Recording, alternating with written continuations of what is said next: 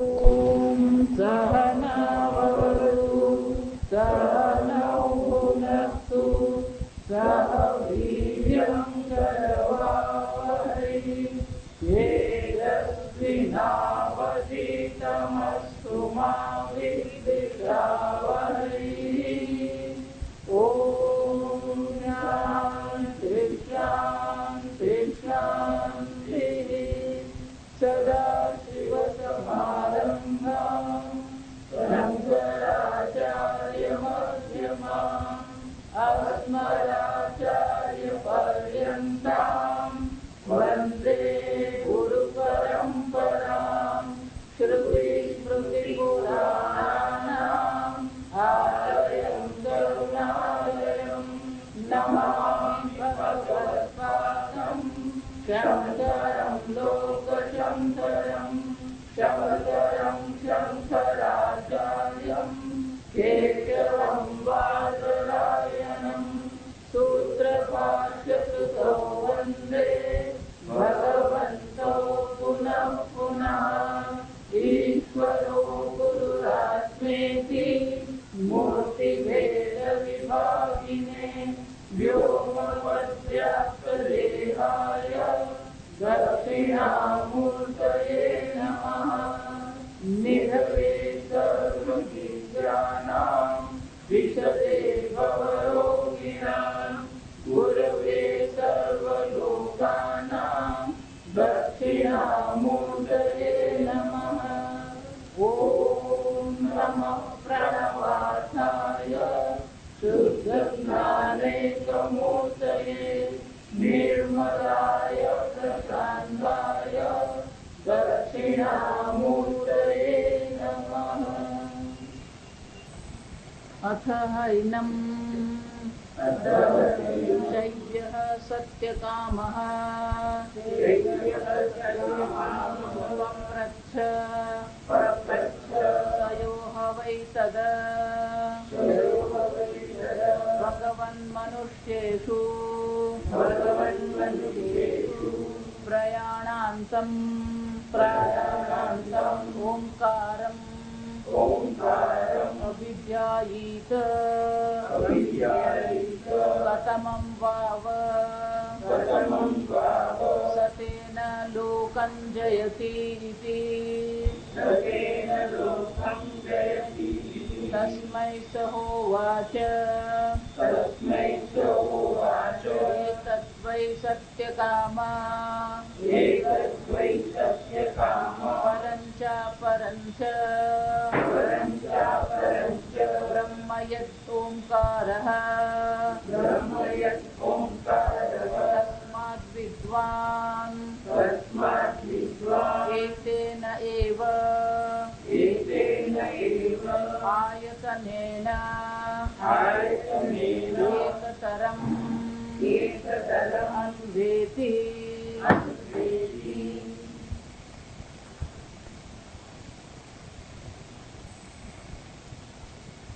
પાંચમો પ્રશ્ન પ્રણવની ઉપાસનાનો પ્રશ્ન. બ્રહ્મજ્ઞાન માટે સાધનની જરૂર છે, અધિકારીત્વની જરૂર છે, અને એટલા માટે એ સુંદર પ્રશ્ન પૂછવામાં આગળ આપણે ચર્ચા કરી. બ્રહ્મજ્ઞાન એ શબ્દ છે.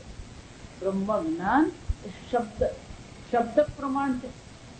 શબ્દ આપણે શીખી લઈએ, પણ શબ્દ શીખવા માત્રથી એ બ્રહ્મ જ્ઞાન થતું નથી. એનું પાંડિત્ય કહેવામાં આવે. એટલા માટે હું હંમેશા કહું મારા પ્રવચન, કે પ્રવચન કરવું બહુ સહેલું છે. 10 વર્ષ 12 વર્ષ તમે આ સાંભળતા રહો, શબ્દો તમારા માટે જાણીતા થઈ જાય, એ પ્રવચન કરી નખાય. તત્વબોધ ભણી લીધું ને તોય પ્રવચન થઈ શકે, પણ એને શાબ્દિક જ્ઞાન કહેવામાં આવે અને પાંડિત્ય કહેવામાં આવે. એટલા માટે કઠોપનિષદમાં યમરાજા કહે છે, નાયમાત્મા પ્રવચને ન લભ્ય. તમે પ્રવચન કરો છો એનો અર્થ એવો નથી કે આત્મજ્ઞાન પ્રાપ્ત થઈ ગયું. ન બહુ ન શ્રુતે, ન બહુ શાસ્ત્ર શ્રવણ કરવાથી બ્રહ્મ જ્ઞાન થતું નથી. ન મેધયા, અર્થ ધારણ કરી લે, ગ્રંથ આપણે બુદ્ધિમાં ધારણ કરી લીધા, અર્થ સહિત ધારણ કરવા માત્રથી પણ આ બ્રહ્મ જ્ઞાન પ્રાપ્ત થતું નથી. બહુ સુંદર છે શ્લોક, મંત્રમાં બહુ સ્પષ્ટ છે. પાંડિત્ય મેળવવું બહુ સરળ છે. કાશીમાં જઈને કાશી વિશ્વવિદ્યાલયમાં જાઓ ને તો ત્યાં બધા પંડિતો જ ફરતા હોય, પણ આત્મજ્ઞાન અલગ વસ્તુ છે. શંકરાચાર્યજી ત્યાં બહુ સુંદર છે કે આટલું હોવા માત્રથી જ્ઞાન થતું નથી. પણ એનો અર્થ એવો નથી, એનો અર્થ આપણે એવો ન કરી શકીએ કે આ જ્ઞાન મેળવવા માટે આ બધું નકામું છે. જો સમજો,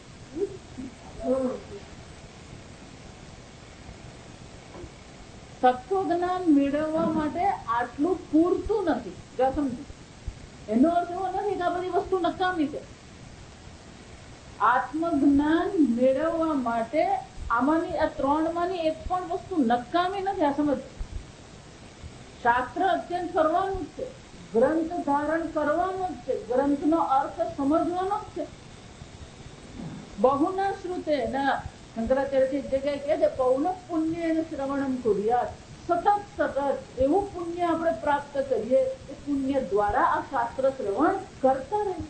શાસ્ત્ર શ્રવણ કરવું એ પુણ્ય છે અને એના માટે પુણ્ય જોઈએ. તો સમજજો, આ બહુ વિશેષ પ્રકારનો છે. પુણ્યથી શાસ્ત્ર શ્રવણ મળે અને શાસ્ત્ર શ્રવણ કરવું પણ શું છે? પુણ્ય. આજે આ બહુ મજાની, સામાન્ય રીતે શું છે, ધન મેળવીએ આપણે પુણ્યથી મળે, પણ ધનનો ઉપયોગ કરીએ તો પુણ્ય નહીં મળે. તપશ્ચર્યા કરીએ તો પુણ્ય મળે, પણ તપશ્ચર્યાનું ફળ જે સિદ્ધિ છે એનાથી આપણને પુણ્ય નહીં મળે. આ સમજો, દાન કરીએ તો પુણ્ય મળે ખરું, પણ દાનથી જે આપણને લાભ મળે છે એનાથી કોઈ પુણ્યની પ્રાપ્તિ નથી. પણ આ બંને બાજુ પુણ્ય છે. પુણ્ય હશે તો જ શાસ્ત્ર શ્રવણ મળે, અને શાસ્ત્ર શ્રવણ કરવું પણ શું છે? પુણ્ય કર્મ છે. વિચારો, પેલામાં આપણે પુણ્યનો ક્ષય કરીએ, અહીંયા આગળ નવું નવું પુણ્ય આપણે ઉત્પન્ન કરતા રહીએ, અને એ પુણ્યને આધ્યાત્મિક પુણ્ય કહેવાય. જો સમજો, આપણે ગઈ વખતે ચર્ચા કરી કે બે પ્રકારના પુણ્ય, એક ભૌતિક પુણ્ય છે અને બીજું આધ્યાત્મિક પુણ્ય. યજ્ઞ, દાન, તપસ, કર્મ, ભગવાન કહે છે આ ત્રણ છે સાધનો. આ ત્રણેય સાધનો દ્વારા તમને ભૌતિક પુણ્ય પણ મળી શકે, આધ્યાત્મિક પુણ્ય પણ મળી શકે.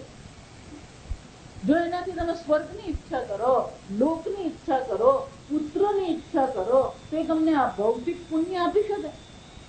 પણ ભગવાન ત્યાં ભૌતિક પુણ્યની વાત કરતા નથી. ભગવાન કહે છે યજ્ઞ, દાન, તપસ, કર્મ ન ત્યાજ્યમ કાર્યમેવ તત. આ ક્યારેય ત્યાગ કરવા યોગ્ય નથી. યજ્ઞ, દાન અને તપશ્ચર્યા તો કરવાના જ છે. ન ત્યાજ્યમ કાર્યમેવ તત, અવશ્ય કરવા જોઈએ. પણ શાના માટે કરવા જોઈએ? એટલે આગળ ભગવાન કહે છે યજ્ઞ, દાન, તપસ, કર્મ પાવનાની મનીષિનામ, અંતઃકરણની શુદ્ધિ માટે આ કર્મ કર્યા. એ અંતઃકરણની શુદ્ધિ એટલે આ આધ્યાત્મિક પુણ્ય. જો સમજો, આધ્યાત્મિક પુણ્ય એટલે આપણા અંતઃકરણમાં શુદ્ધિ હોય, આપણને વેદાંતમાં રુચિ થાય. વેદાંતમાં રુચિ થાય ને શુભેચ્છા કહેવાય. શાસ્ત્રમાં શું કહેવામાં આવે? શુભેચ્છા. કેમ? બધાને રસ પડતો જ નથી. ઘણી વાર એવું થાય કે આપણે આ શરૂ કરીએ ચર્ચા તો પછી બીજી કઈ વાત કરો, જા સમજ.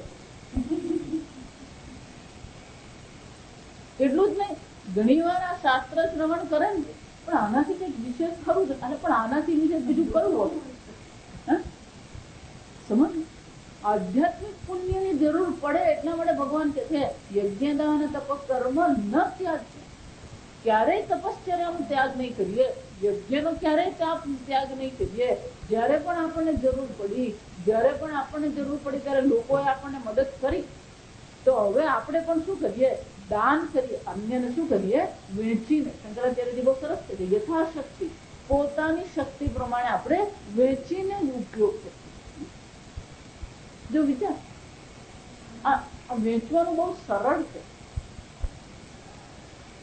મોકો મળતો જ રહેશે આપણને. શ્રાવણ મહિનો આવ્યો, મંદિરમાં ગયા, જો વિચાર, બાજુવાળો બાળક આવ્યું, વેચવું બહુ સરળ છે અને મોકો આપણને મળતો રહે. પ્રશ્ન શું છે? એની તક આપણે ઉપાડી લેવાય. દાન એવું જરૂરી નથી કે 1 લાખ આપે તો જ દાન કહેવાય. પણ ભગવાન શું કે છે, આ દાન પણ તમને આધ્યાત્મિક પુણ્ય આપી શકે. પણ ગીતામાં ભગવાન શાના માટે કે છે? પાવન અને આપણા અંતઃકરણને પવિત્ર બનાવે, શુદ્ધ બનાવે. આમ આધ્યાત્મિક પુણ્યની જરૂર છે. શાસ્ત્ર શ્રવણ કરવું પણ પુણ્ય જ છે. જેમ શાસ્ત્ર શ્રવણ કરતા જઈએ એમ પેલું પુણ્ય ચક્ર. આમાં સ્વામીજી બહુ સરસ છે. આ પુણ્ય છે ને ચક્રવૃદ્ધિ વ્યાજ જેવું. શાસ્ત્ર શ્રવણનું પુણ્ય કેવું છે? પેલું ચક્રવૃદ્ધિ વ્યાજ છે. આ ચક્રવૃદ્ધિ વ્યાજ આજકાલના છોકરાઓને ખબર નહીં પડે.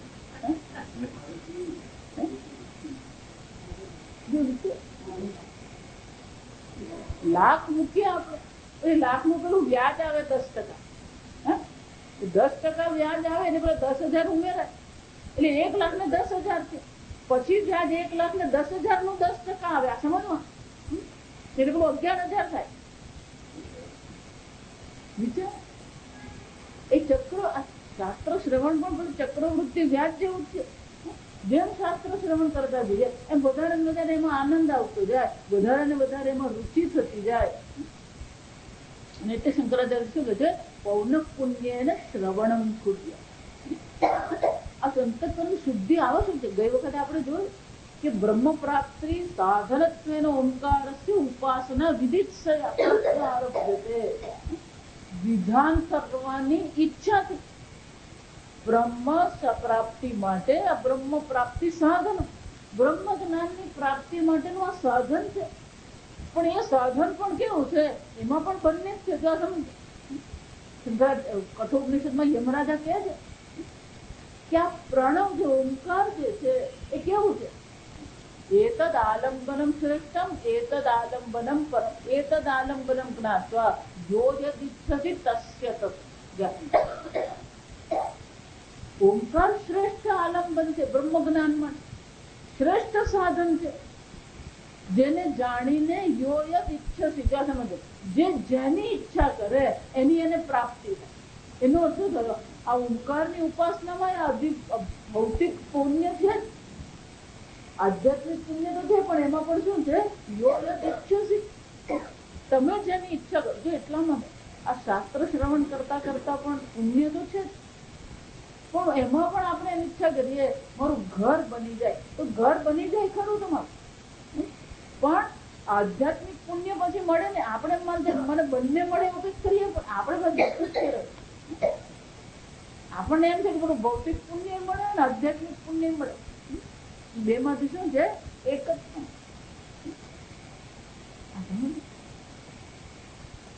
એટલે શું કે છે? યો યદ ઈચ્છસી તસ્ય તત. જેની ઈચ્છા કરે એ જેને પ્રાપ્ત થાય. તો એટલે એટલા માટે એને શંકર ભગવાન એને કહે વ્યવસાયાત્મિક બુદ્ધિ. પેલો નિશ્ચય રાખવો પડે. મુમુક્ષુત્વ મહત્વ નથી. ગઈકાલે કીધું કેમ? મોક્ષની ઈચ્છા આપણા માટે મુખ્ય રહેવી જોઈએ. એની અગ્રિમતા આપણા જીવનમાં રહેવી જોઈએ. જરા જો બુદ્ધિ અહીંયાથી અહીંયા થઈ ગઈ, થોડું બ્રહ્મ જ્ઞાન ગૌણ બની ગયું, શાસ્ત્ર શ્રવણ ગૌણ બની ગયું, બીજી બધી વસ્તુ પછી મહત્વની બની. જો એટલે હું તમને લોકોને કહેતી કે રોજ કઈ નહીં તો એક પાનું વાંચવાનું. ઉપનિષદ છે, ગીતા છે. કારણ કે એક આ સંસાર છે ને, માયા બહુ વિચિત્ર. ક્યાંક આપણને ઘસડી છે. એટલે રોજ થોડુંક સાંભળતા રહીએ, રોજ થોડું. પણ રોજ જ તમે પ્રવચન કરો એ પછી ઓવરડોઝ થઈ જાય. અમારા સ્વામીજી પણ બધાને, ધારો કે તમે, હું તો ફરતી રહું, મોટે ભાગે બધા એક જ સ્થાન પર રહેવા વાળા, પણ એ લોકો કઈ રોજ પ્રવચન નહીં કરે. નક્કી હોય સોમ બુધ ગુરુ કરે, ગુરુ શુક્ર શનિ કરે, અથવા સોમ બુધ શુક્ર કરતા હોય. રોજ થાય જ નહીં. રોજ કરે ને પછી એનો ઓવરડોઝ થઈ જાય. ઓવરડોઝ આ વેદાંતનો ઓવરડોઝ એ સમજવા જોઈએ. આ બધું મિથ્યા જ છે. આને ઓવરડોઝ છે. કોઈ વસ્તુ મિથ્યા નથી આ જગતમાં. આ સર્વ ઈશ્વરમાં, અખિલ બ્રહ્માંડમાં એક હતું શ્રી ભગવાન કે છે આ સંપૂર્ણ જગત હું છું. સંપૂર્ણ ઈશ્વર જ જયારે છે તો સર્વત્ર ઈશ્વરના દર્શન, મિથ્યાના દર્શન છે જ. એક વાર માટીના દર્શન. જો વિચાર, ઘડો મિથ્યા છે એમ કહેવાની જરૂર છે કે ઘડો માટી છે એમ કહેવાની જરૂર હે સમજજો? ઘડો મિથ્યા છે એમ કે એ ગડબડ સમજજો. હું એટલે વારંવાર આ મિથ્યા શબ્દ મનમાં લાવવાનો છું. ઘડો માટી છે, આ જગત ઈશ્વર માત્ર છે. નરસિંહ મહેતા એમ નથી કહેતા કે આ જગત મિથ્યા છે. નરસિંહ મહેતા શું કે છે? પવન તું, પાણી તું, ભૂમિ તું, ભૂત ઈશ્વર માત્ર. અહીંયા જે કઈ છે શું છે? ઈશ્વર માત્ર. અને અન્વય કહેવામાં આવ્યા. સમજો કેટલાક અમારા જે શાસ્ત્રના જાણનારા છે ને એની સાથે મારે આ ટસલ હંમેશા થાય. બે પ્રકારની પદ્ધતિ છે શાસ્ત્રમાં. વ્યતિરેક પદ્ધતિ કહેવાય, બીજી અન્વય પદ્ધતિ છે. ઘડો માટીમાં ઘડો નથી અને વ્યતિરેક છે. માટીમાં ઘડાનો અભાવ છે જ નહીં. માટીમાં ઘડો એને વ્યતિરેક નથી. પણ ઘડામાં માટી છે એને માટીનો શું કહેવાય? અન્વય થયેલો. તો હંમેશા તમે જો મોટે ભાગે મહાત્માઓ વ્યતિરેકની વાતો. મારા પ્રવચનમાં તમને વ્યતિરેક સાંભળવા નહીં મળે. એટલે વ્યતિરેક એ મોસ્ટ ડેન્જરસ, સૌથી જોખમકારક વસ્તુ. કે શું છે એમાં નહીં આ સમજો. વ્યતિરેક કરીએ ને એટલે તમે અલ્પ જગતનો ત્યાગ કરશો, પણ સંપૂર્ણ જગતનો ત્યાગ કરવો અઘરો છે. એટલે સ્વામીજી અમારા એવું કે બહુ વૈરાગી ખાતા જ નથી. પેટ આપેલું શંકરાચાર્ય એટલે અમારા સાધનમાં શું કીધું? શુદ્ધવ્યાધિ વિચિકિત્સ્યતા. જરૂર શંકરાચાર્યની દ્રષ્ટિ તમે આ ઉદર છે જઠર આપણને આપ્યું છે. ભગવાન સ્વયં કે છે હું વૈશ્વાનર સ્વરૂપે આ પેટમાં હું છું. ભોજન ન કરવું એ વૈરાગ્ય નથી. હું ભોજન કરું છું એમને મારા જઠરમાં રહેલા વૈશ્વાનર અગ્નિને હું આહુતિ આપું છું. આ યજ્ઞ બુદ્ધિ કરીએ જો સમજ એને વૈરાગ્ય. પછી ભોગ બુદ્ધિ નહીં રહે. એક વાર યજ્ઞ બુદ્ધિ થઈ ગઈ પછી ભોગ બુદ્ધિ નું શું થઈ ગયું? નિવૃત્તિ થઈ ગઈ. ત્યાં સમજ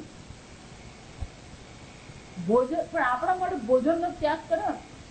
હમણાં કોઈ આવીને એમ કે અમારા ગુરુજી તો રોજ એક જ ચમચી મગ. આપણને શું લાગે? કારણ કે આપણે હવાર બપોર હાંજ નહીં વચ્ચે બધું ખાવાનું જોઈતું. એટલે પેલું એક ચમચી મગ થી કેમ ચલવે ને એ આપણી ચિંતા હોય. એટલે આપણને મહત્વ ન લાગે. જો સમજ એટલે શંકરાચાર્યજી શું કહે છે? શુદ્ધવ્યાધિ વિચિકિત્સ્યતા. સુધારૂપી રોગ છે પેટમાં. શુદ્ધ વ્યાધિ, સુધા એટલે ભૂખ. આ ભૂખ રૂપી આપણા શરીરમાં એક રોગ લાગે. વિચિકિત્સા એની વિચિકિત્સા એની સારવાર કરવાની. આમ નક્કી કરી લેવાનું આ એક રોગ મને લાગ્યો છે ભૂખ રૂપી.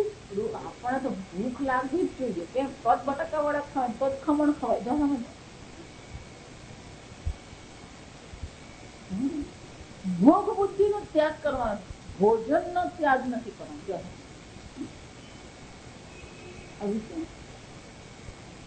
કેમ? ચોથા અધ્યાયમાં ભગવાન 16 પ્રકારના યજ્ઞ બતાવે. આ શ્વાસ લેવો પણ યજ્ઞ. કેમ? આ પ્રાણની અપાનમાં હું આહુતિ આપું. આ દર્શન કરવા પણ શું છે? યજ્ઞ છે. કેમ? ઇન્દ્રિયાગ્નિ શું વિષયા શબ્દાદિ વિષયાન જુહોતી. આ ઇન્દ્રિય રૂપી અગ્નિ છે, એમાં વિષયો રૂપી આહુતિ હું શું છે? આપું.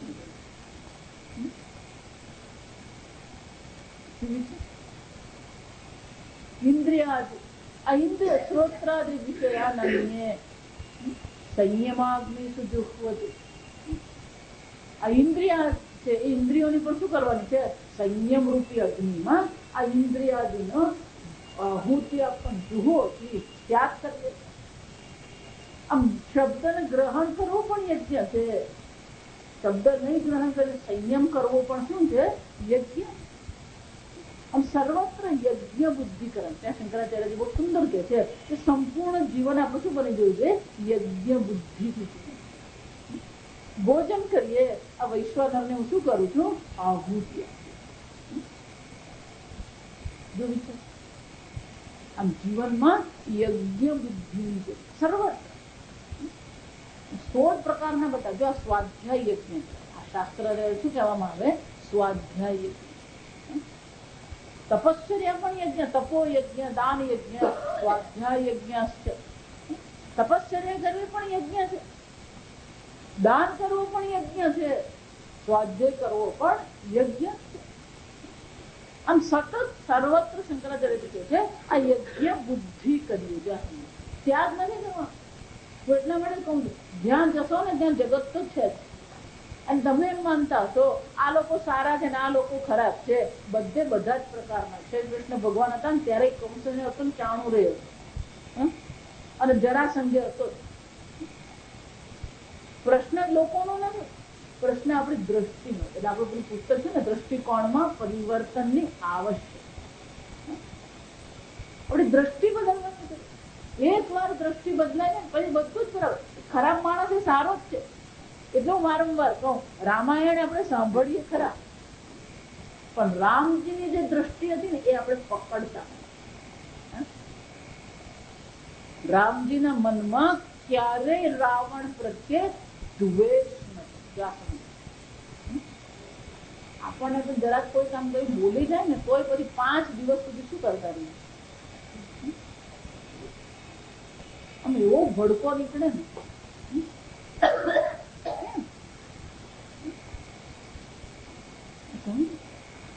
ક્યારે કઈ પ્રત્યે પણ રામજીને શું હતું? એટલો જ પ્રેમ. વરદાન માંગ્યું એ પહેલા જેટલો કઈ માટે પ્રેમ હતો એટલો જ પ્રેમ શું છે? વરદાન માંગ્યા પછી પણ. અને સમબુદ્ધિ. કોઈ એમના મનમાં દ્વેષ નતો કે કઈ મને 12-14 વર્ષ માટે શું છે વનમાં મને મોકલ્યો, એવો રામના મનમાં કોઈ ફરિયાદ નથી. એટલે જયારે ભરત આવ્યો મળવા માટે ત્યારે લક્ષ્મણ શું છે આમ ઉગ્ર થઈ ગયો. શેષનાગ છે ને, રામજી કે નહીં સેના લઈને આવે છે, એકલો હું પહોંચી વળીશ. જો આ લક્ષ્મણની ભાવના.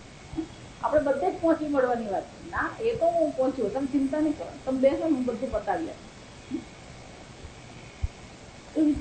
સતત પેલા લડવાની આપણા મનમાં શું છે? એક વિરોધની, એક લડવાની ભાવના સતત આપણા મનમાં. પણ રામજી કોણ છે? કોઈ વિરોધ. લક્ષ્મણે કીધું નહીં લક્ષ્મણ, તું શાંતિથી કર. નહીં રામજી, આ કઈ સેના લઈને આવી. જો એના મનમાં શું? આ લક્ષ્મણ વિચારે ને સંસારીની બુદ્ધિ. લક્ષ્મણની બુદ્ધિ શું છે? એ સંસારીની.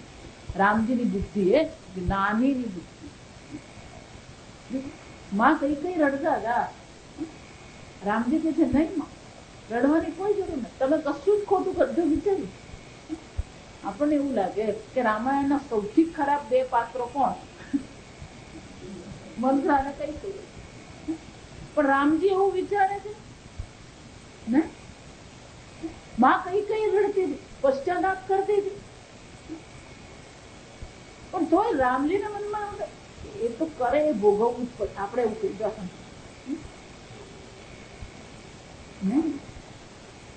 કોઈ ભોગવ. આ સમબુદ્ધિ, આ યજ્ઞ બુદ્ધિ કેળવવી પડે. અને એ કેળવવા માટે અહીંયા ચર્ચા થઈ રહી છે કે જ્યાં સુધી આ બુદ્ધિ, યજ્ઞ બુદ્ધિ આપણા જીવનમાં નહીં આવે ત્યાં સુધી આ બ્રહ્મ જ્ઞાન થવું અશક્ય. પાંડિત્ય હશે તમારી પાસે, પણ જીવન કેવું? આચાર પરમ ધર્મ. આચરણ શ્રેષ્ઠ ધર્મ છે. આચાર પરમ જ્ઞાન. શ્રેષ્ઠ જ્ઞાન આચરણ. આચાર પરમ તપ. આચરણ શું છે? શ્રેષ્ઠ તપસ્યા. આચાર કિમ ન સિદ્ધ.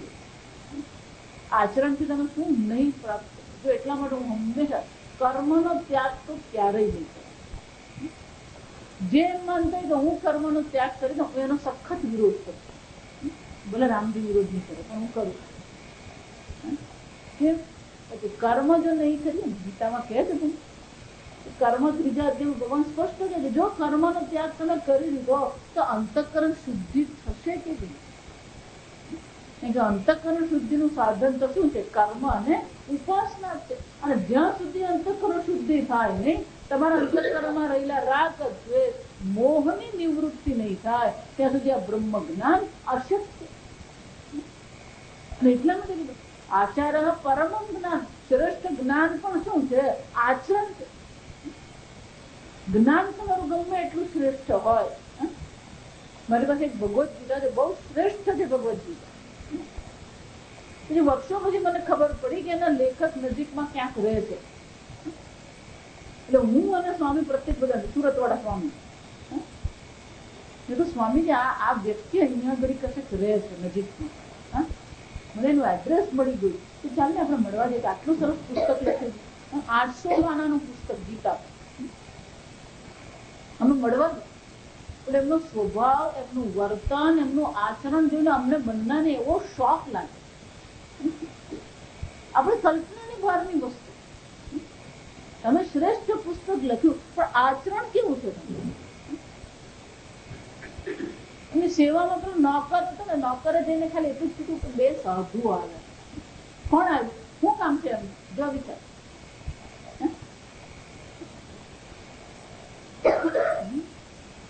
તમારી વાણી કેવી? આપણે તો નજર એવી કરવી હોય ને તો બિચારો ઉભો જ ચીરાઈ જાય.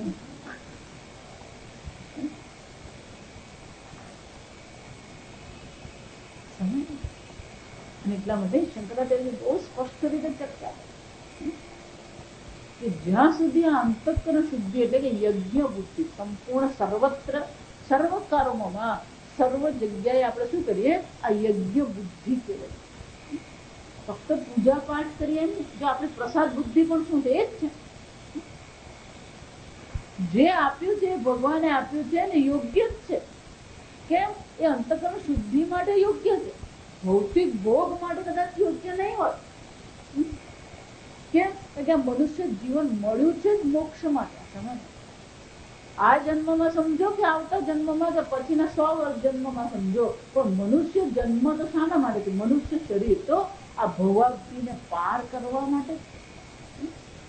ગીતામાં, અરે ભાગવતમાં પણ ભગવાન 9મા સ્કંદમાં કે કુમાર ભવાબ્દી ન કરે જે મનુષ્ય આ ભવસાગર તરતો નથી, સ આત્મા. એ કોણ છે? આત્મઘાતી છે. આપણું જીવનનું લક્ષ્ય ભોગ નથી. કેટલું ભેગું કર્યું નથી, કેટલી નામના મળી એ નથી, પણ કેટલું આપણે ભગવાનની નજીક બેઠા, ઈશ્વરના સાનિધ્યનો અનુભવ થાય છે કે નહીં? સતત ઈશ્વરનું ચિંતન આપણને થાય છે. અને એટલા બધા શંકરાચાર્યજી કહે છે એ દર્શાવવા માટે એનું સાધન આચરણ. તપશ્ચર્યા એટલે આચરણ. આપણે એવું માનીએ કે આમ કરીને આમ કોઈ બેઠું હોય ને જેમ તપશ્ચર્યા કરે. આપણા આ બધા લોકોનો એમાં વાંક નથી. આપણા પુરાણમાં આવી બધી ચર્ચાઓ, એટલે પુરાણ વાંચીએ ને એટલે આપણા મનમાં પણ એવો જ ભાવ આવે. હું આમ કરીને બેસી, એમ કરીને બેસી પછી કોકે ઉઠાવવો પડે.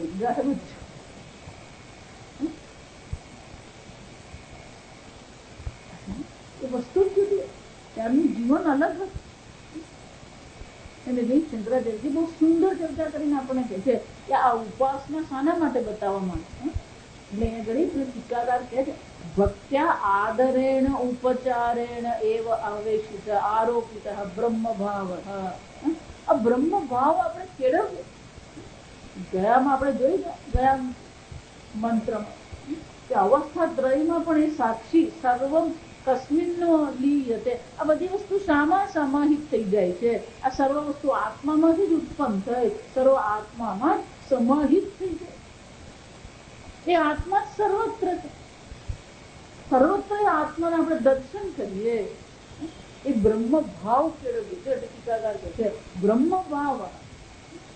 એ બ્રહ્મ ભાવ આવેશિત સમજો વિચાર, જેમ ભોગનો આવેશ હોય, ભક્તિનો આવેશ હોય, એમ અહીંયા આગળ શાનો આવેશ કરવાનો છે? આ બ્રહ્મ ભાવ સર્વત્ર એ બ્રહ્મના દર્શન કરવા.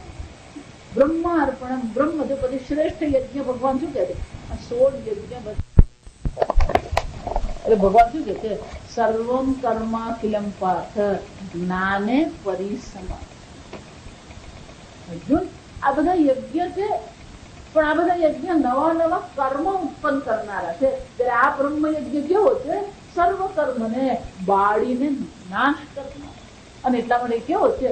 શ્રેષ્ઠ યજ્ઞ. જેમ આપણને ભોગનો આવેશ આવે, આ વાત કરવાનો આવેશ હોય, તો એક વાર આમ બોલવાનું શરૂ કરે, પેલા મશીન ગનની જેમ આમ છૂટે ને પછી ધડ ધડ ધડ ધડ ધડ છૂટતું જ જાય. તમે ગમે એટલું અટકાવવાનો પ્રયત્ન કરે, અને જો આ મશીન ગનની જેમ બોલતા ને એ લોકોને ક્યારેય અટકાવવાનો પ્રયત્ન કરો, મશીન ગન આપણને લાગી જાય.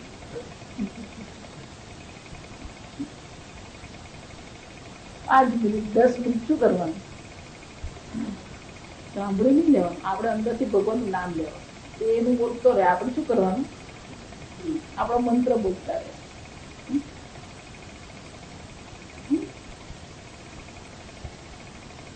એટલે એ આવેશ કહેવાય. એને શું કહેવાય? આવેશ. આવેશ આવે ને પછી બીજું બધું છૂટી જાય.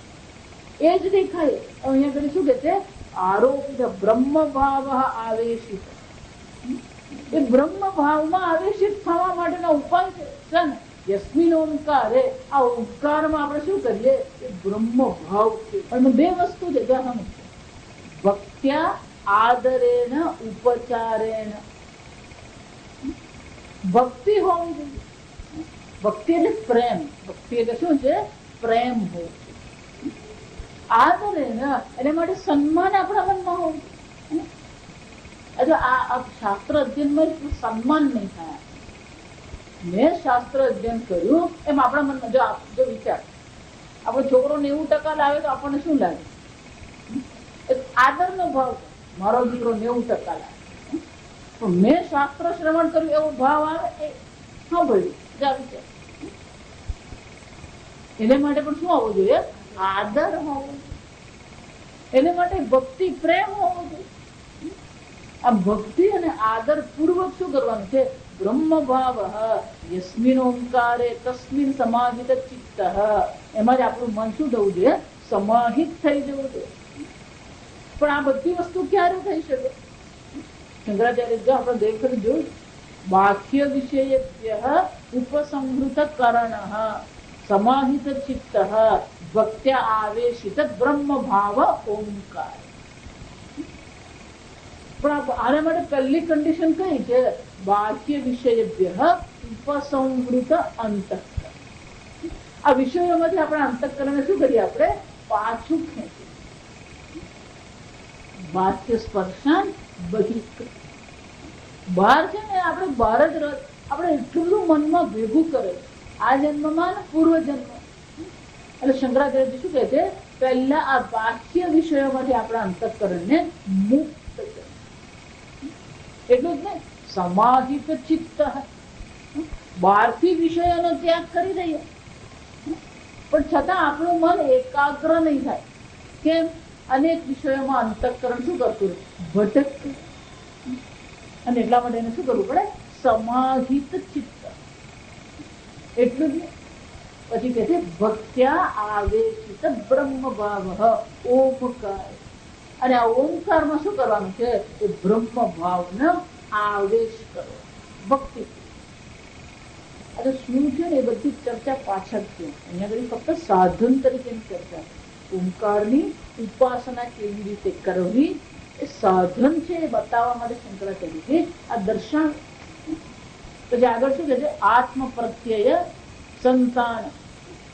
ધ્યાન શબ્દની વ્યાખ્યા એ પણ આપણે ગઈ વખતે જોયું. હું વંચાવું તમને મજા મળી ગઈ.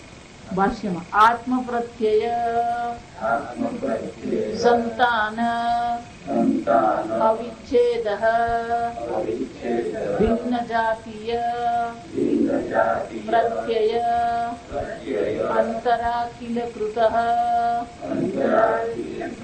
निर्वातस्थ दीपशिखा समः अभिज्ञान शब्दार्थः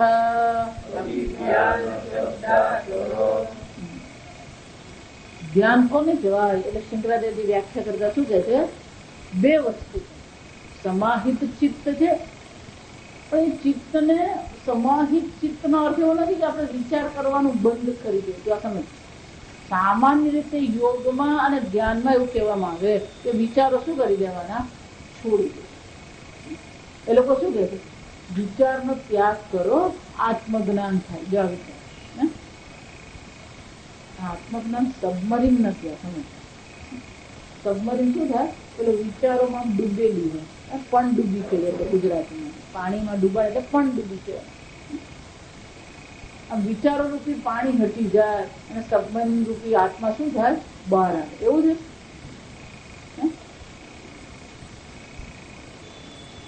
એવું નથી. એટલે શંકરાચાર્ય આપણને કેમ સમાહિત ચિત્ત કર્યા પછી ઓમકારમાં શું કરવાનું છે? આત્મ પ્રત્યય સંતાન અવિચ્છેદ જાય. સંતાન એટલે પ્રવાહ.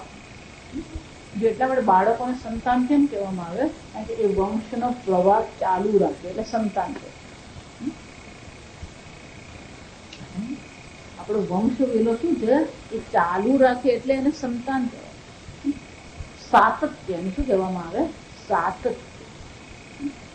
અવિચ્છેદ શંકરાચાર્ય શું કહે છે? ક્યારે વિચ્છેદ માને? શામાં? આત્મ પ્રત્યય, આત્મ વિચાર. સતત એ આત્માનું ચિંતન આપણે કરીએ, ક્યારે એમાં ભંગ થાય નહીં. ગીતામાં ભગવાન શું કહે છે? આત્મ સંસ્થમ મનઃકૃત્વા ન કિંચિદપી ચિંતયે. વિચાર બંધ નથી કરવાના. એનો શું થયો? વિચારો અટકાવવાના નથી. વિચારોનો વિષય આત્મ, વિષય બદલવાનો છે. વિચાર અટકાવવાના નથી. જગત સંસાર એનો વિષય છે. હવે એને શું કરવાનું? બાહ્ય વિષય ઉપસંહૃત. બાહ્ય વિષયને બદલે આત્મા એ વિચારનો વિષય બને. આપણે કરીએ છીએ ને આત્માનો વિચાર, 1 મિનિટ 2 મિનિટ કરે વળી પાછું મગજ શું થઈ જાય? બીજે ફરવા મૂકી. એટલે શું કે છે? અવિચ્છેદ. અડધો કલાક, પોણો કલાક, એક વાર એનું ચિંતન શરૂ થયું પછી શું છે? એ સતત એનું ચિંતન કરીએ. પણ એની સાથે શું કરવું પડે? ભિન્ન જાતીય પ્રત્યય અંતર અખિલીકૃત. હવે આ ધ્યાનની વિશેષતા. મન જશે તમારું યતઃ યતઃ નિશ્ચર તતઃ તતઃ નિયમ્ય એક. મન જવાનું જ છે બહાર. ભગવાન કહે છે જે જે કારણથી મન બહાર ગયું ત્યાંથી મનને પાછું શું કરવાનું? નિયમ્ય. એને નિયમન કરીને પાછું લાવી. જો આને ધ્યાન કરો. ફક્ત આત્મચિંતન થાય ને પછી સમાધિ કરે. ધ્યાન એટલે શું થાય? ભિન્ન જાતિ. શંકરાચાર્ય ભિન્ન જાતિ એટલે શું છે? આત્મચિંતન કરીએ. એ જાતિ એટલે જો વિચાર, આ પુસ્તક છે અને આ ટેપ રેકોર્ડર. તો બંનેની જાતિ એટલે બંનેનો વર્ગ શું છે? અલગ છે. અલગ પડે. આ ચાદર છે, આ કપડું છે, આ બધું એક જ કહેવાય. આ શેતરંજી કહીએ, પેલી ચાદર કહીએ, બધી એક જ જાતિમાં. પુસ્તક કહીએ તો અલગ પડે. એ ભિન્ન જાતિ એટલે કે આત્માથી અન્ય પ્રકારના વિષયનું જે ચિંતન છે, એના જે વિચારો છે એને શું કરવાનું? અંતર અખિલીકૃત. એ ગઈ વખતે આપણે જોયું ખીલા એટલે શું છે? કાણો. કપડું હોય ને કાણો પડે અને ખીલ એટલે જ એને પેલી ખીલી કહીએ. દિવાલમાં મારી એને શું કહેવાય? શબ્દ સમજવા. ખીલી જવાય. કેમ? કારણ કે દિવાલમાં શું કરે છે? છિદ્ર બનાવે એટલે ખીલી જવાય. છિદ્ર બનાવનાર છે. આ સરસ સમજ હતી. કપડું જે છે તે સાતત્ય છે. અત્યારે જ્યાં કપડું છે એને શું કહેવાય? સાતત્ય. પણ એમાં એક કાણું પડી જાય તો એનો શું થયો? ત્યાં કપડાનો અભાવ. ઊંધી રીતે વિચાર, વિચ્છેદ છેદ થઈ ગયો એટલે ત્યાં કપડું નહીં રહે, એને ખીલ કહેવાય. અખિલીકૃત શું કરવાનું છે? અખિલ ક્યાંય કોઈ છિદ્ર એટલે કે આત્મ સિવાય બીજા કોઈ વિષયને ત્યાં સ્થાન રહેતું. પણ ધ્યાન કોને કહેવાય? એ પેલું મન જાય ખરું બીજા વિષય, વળી પાછું મનને શું કરીએ આપણે? પાછું લાવી આ અભ્યાસ કરવો પડે.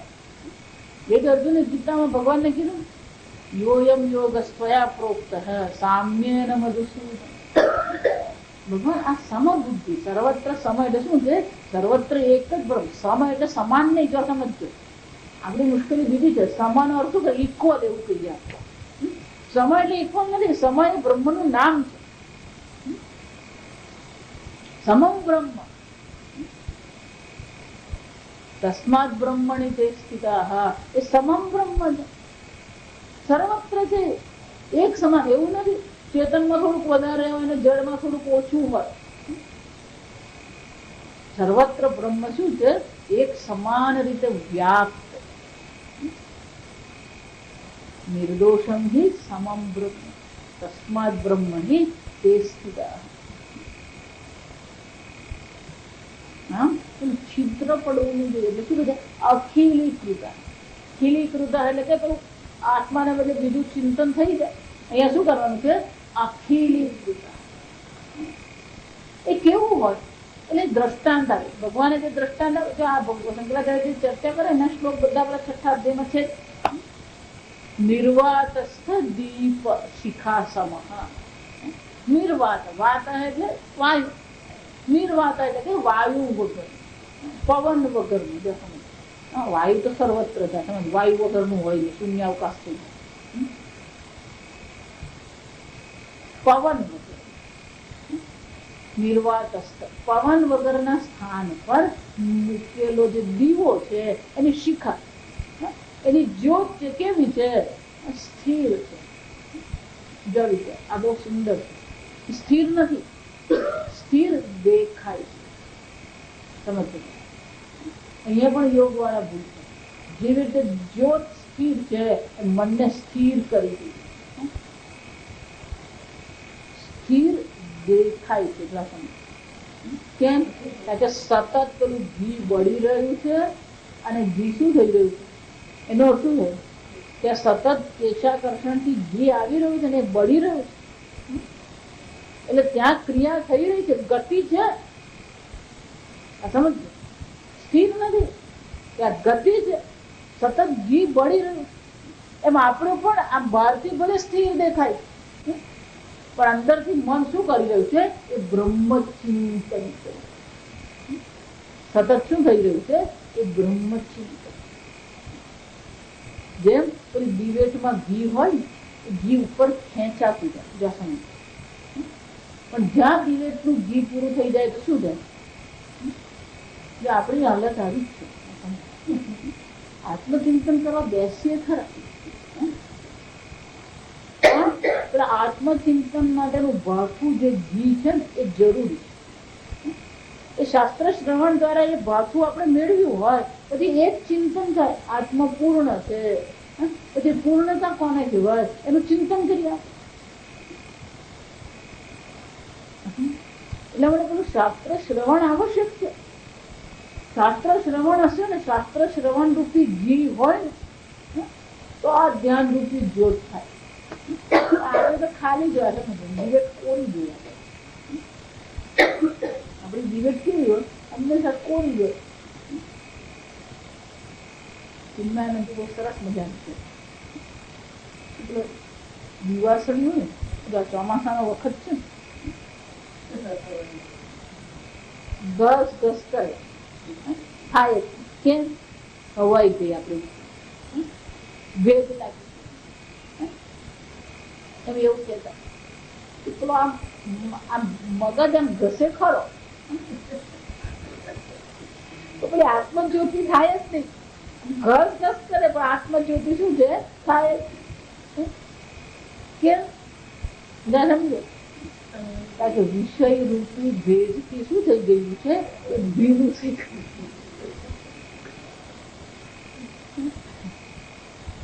વિષય રૂપી શું છે? ભેદ લાગેલો. એટલે તપશ્ચર્યા દ્વારા, દાન દ્વારા, યજ્ઞ દ્વારા એને તપાવીને શું કરવાનું છે? પેલું કોરું કરવાનું. પહેલા શું કરવું પડે? એને કોરું કરવું, તપાવવાનું. તપતી તપહ,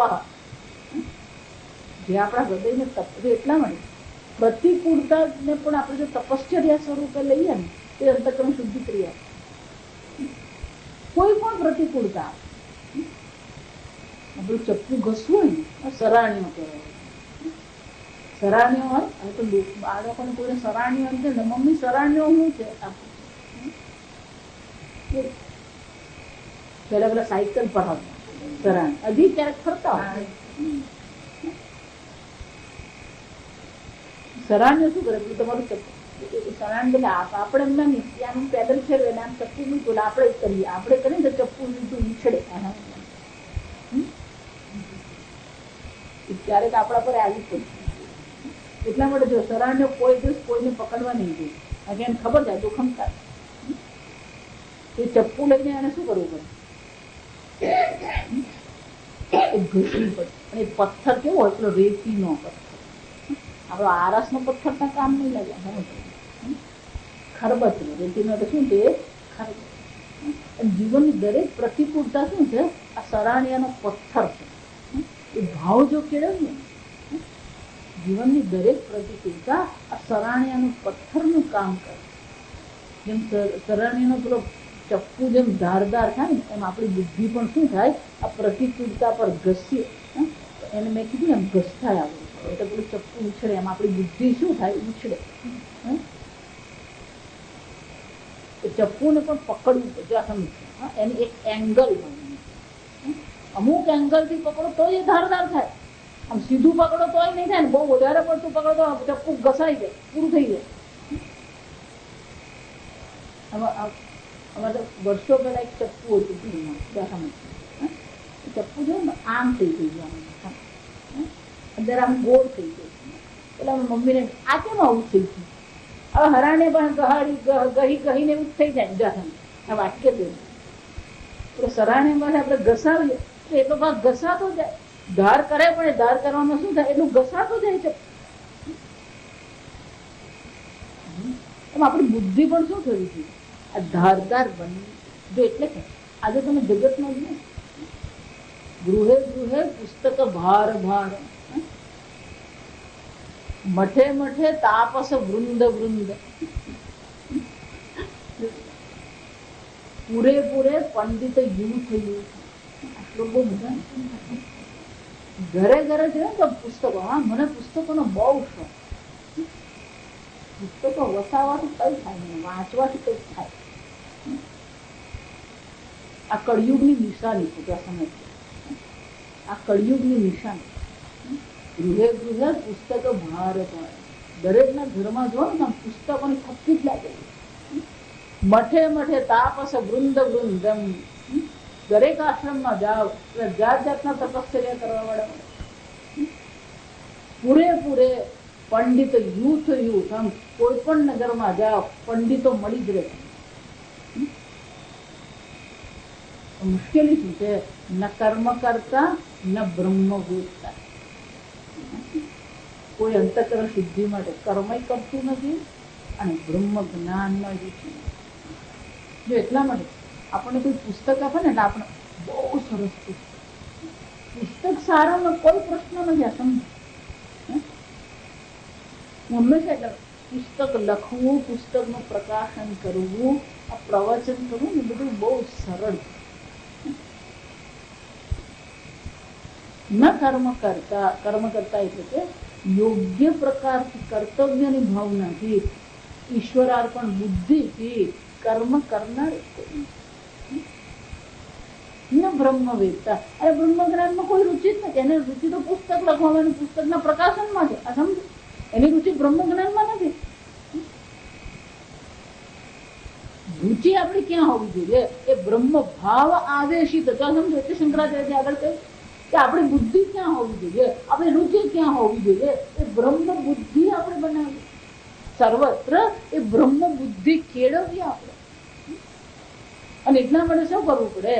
નિર્વાત દીપ શિખા સમઃ અભિજ્ઞાન શબ્દાર્થ.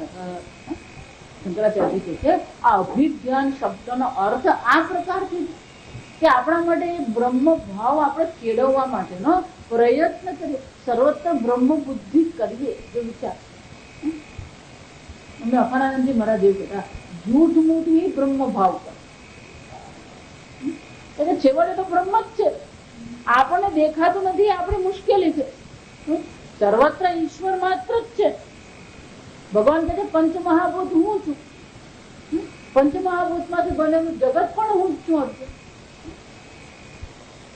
પ્રશ્ન ભગવાનનો નથી, પ્રશ્ન બ્રહ્મ જ્ઞાનનો નથી, પ્રશ્ન આપણી દ્રષ્ટિનો.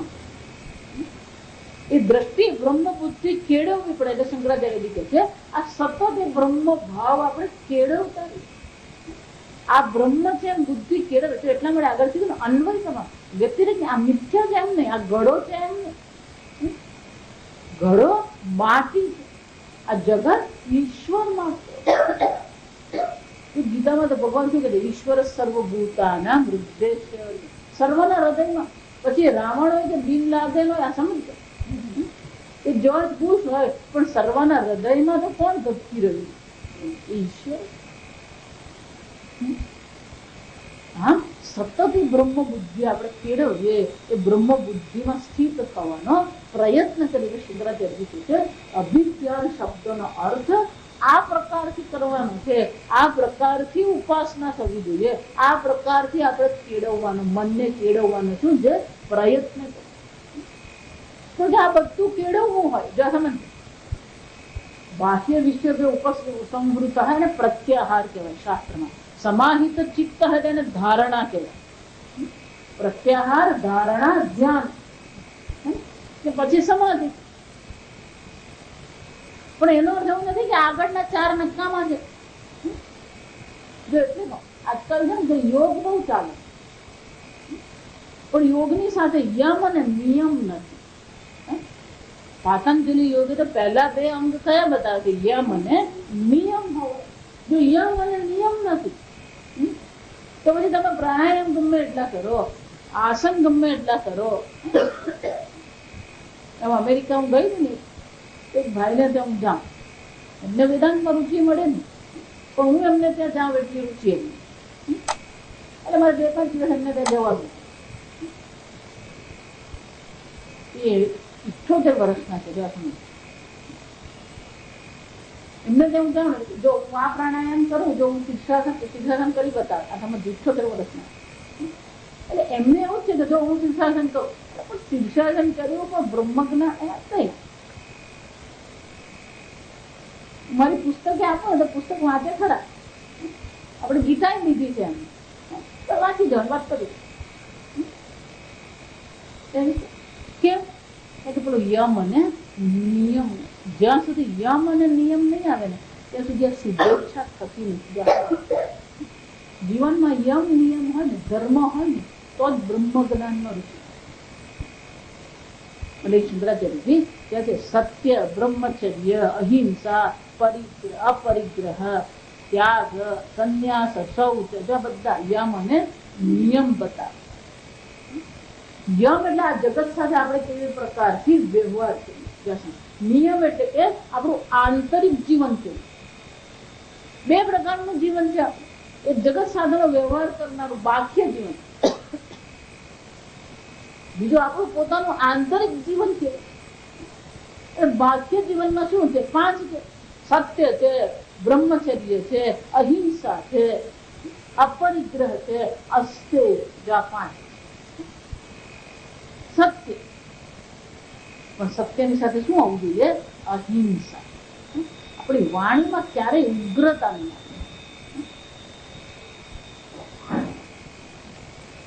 બ્રહ્મચર્ય, ઓછામાં ઓછા ભોગથી જીવન. અપરિગ્રહ, ઓછામાં ઓછો સંગ્રહ. એટલા માટે ઘરમાં માળિયું નહીં રાખવાનું, અને રાખો ને તો દર વર્ષે શું કરવાનું? એટલા માટે હું કહું, હંમેશા હું કહું, ભારતમાં આ ભંગારવાળા છે ને આપણા પર ઉપકાર કરવા આવ્યા. એ આપણા પર ઉપકાર કરે છે, સમજો. આપણે એના પર ઉપકાર કરતા નથી. કેમ? આપણે અપરિગ્રહ શીખવે. શું શીખવે છે? અપરિગ્રહ. લાવણ કહે છે ડબ્બા ઉપર આપી બધા સમજ, એટલે એ આપણને કે શું આપવાનું. તેલનો ડબ્બો લાવ, કઈ પણ હોય આપી દો ને, બધું લઈ ભેજા બી થાય. ના ના એ તો કામ આવે, તું રવત આપડે પાસે એનાથી ચડીએ. અસ્તેય એટલે કે ચોરી નહીં. ચોરી નહીં કરવી એટલે કે કોઈની વસ્તુ મેળવવાની ઈચ્છા, લાલસા નહીં. અસ્તે આ બાહ્ય જગત. પછી શું છે? નિયમ. શૌચ, તપ, સંતોષ. શૌચ પવિત્રતા, શુદ્ધિ, સ્વચ્છતા. ભલે 2 રૂમનું ઘર હોય પણ ઘર કેવું હોવું જોઈએ? સ્વચ્છ. એટલા માટે શૌચમાં કે આંતર અને બાહ્ય. મન પણ આપણું શુદ્ધ હોવું જોઈએ, બહારથી પણ શું હોવું જોઈએ? શુદ્ધ. આંતરિક સ્વચ્છતા, પવિત્રતા હોવી જોઈએ, બહારથી પણ સ્વચ્છતા. સંતોષ.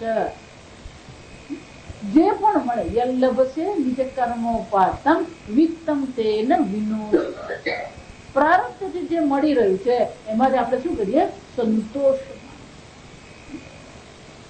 તપ, તપશ્ચર્યા કરીએ.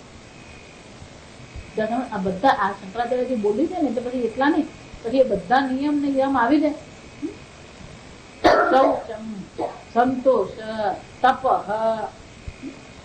પછીના 2 છે ને જરૂરી છે, એમાં જ મુશ્કેલ. પછીના 2 છે સ્વાધ્યાય. શાસ્ત્ર છે. સ્વાધ્યાય એટલે શું છે? શાસ્ત્ર. કોઈ કરતો જ નથી શાસ્ત્ર. ઈશ્વર પ્રણિધાનમ, ભક્તિ. પેલું યોગ આસન પ્રાણાયામ કરે પણ એને પૂછે એટલે જપ કર્યો, ટાઈમ નથી મળતો. આ એક એટલો ખરાબ છે. બીજા બધા માટે તમને સમય મળે, મારા કરવાનું કહે ત્યારે ટાઈમ નથી મળતો, પૂજા કરીએ ત્યારે ટાઈમ નથી મળતો, શાસ્ત્ર અધ્યયન કરવાનું ત્યારે ટાઈમ નથી મળતો. આ આંતરિક જીવનમાં શું હોવું જોઈએ? આ 2 વસ્તુ હોવી જોઈએ. સ્વાધ્યાય પણ હોવો જોઈએ, ઈશ્વર પ્રણિધાનમ, ભક્તિ પણ હોવી જોઈએ. અમાયા વિત્વાદી. જો અમાય કપટ નહીં,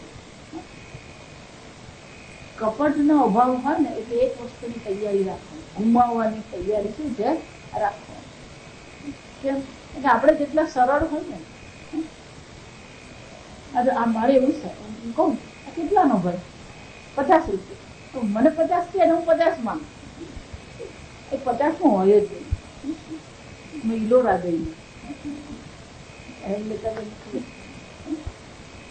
સરસ મજાની મૂર્તિ, સરસ કાર્વિંગ, ખરેખર બહુ સરસ કાર્વિંગ હતું એનું. કોતરણી ખરેખર તમને ગણપતિ કહો કે પેલા સત્ય સાંઈ બાબા ગમે ને.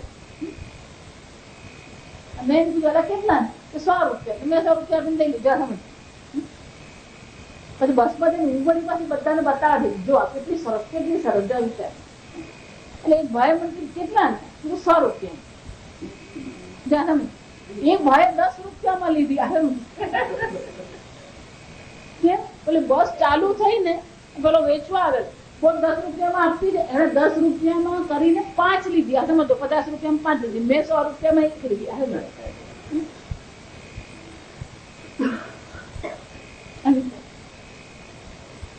એટલે અમને છે આવડું મારું કામ જ નહીં. આ સમજવું પેલો એમ કે 100. એનો અર્થ શું છે?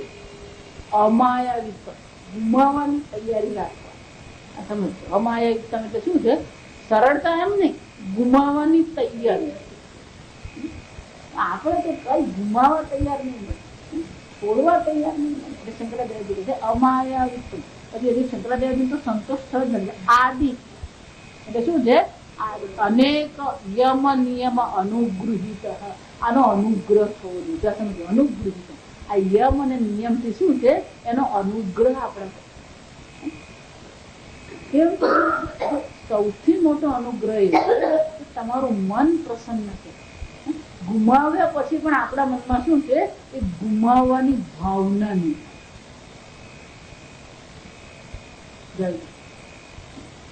દાન કરીએ એટલે ભગવાન કહે છે સાત્વિક દાન શું છે? આપ્યા પછી આપણે એને ભૂલી જઈએ. રાજસિક દાન શું છે? આપવામાં જરાક ખચકાટ. ગુમાવવાની ભાવના હોય તો એ રાજસિક દાન કહેવાય. આપ્યો તો ખરા, પણ આપ્યા પછી શું રહે? થોડાક વધારે આપી દે. 5,000 આપવાની શું જરૂર? અઢી આપતે ચાલશે. અને રાજસિક દાન કહેવાય. શું કહેવાય? રાજસિક. અનેક આ બધાનો અનુગ્રહ છે. આ બધા સાધનો જે યમ નિયમ એનો આપણા પર શું થવું જોઈએ? અનુગ્રહ. તો જ આપણું મન કેવું રહે? પ્રસન્ન રહી શકે. અને જો પ્રસન્ન હોય તો જ એ આનંદ સ્વરૂપ બ્રહ્મનું આપણે ચિંતન કરીએ.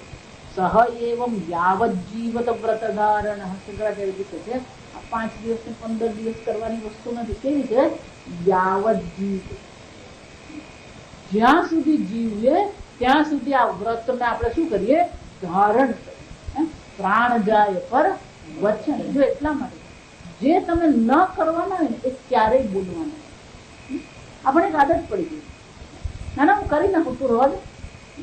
પછી 8 દિવસ પછી પૂછીએ હું કયું કામ તું કે આજે આખું થઈ જાય.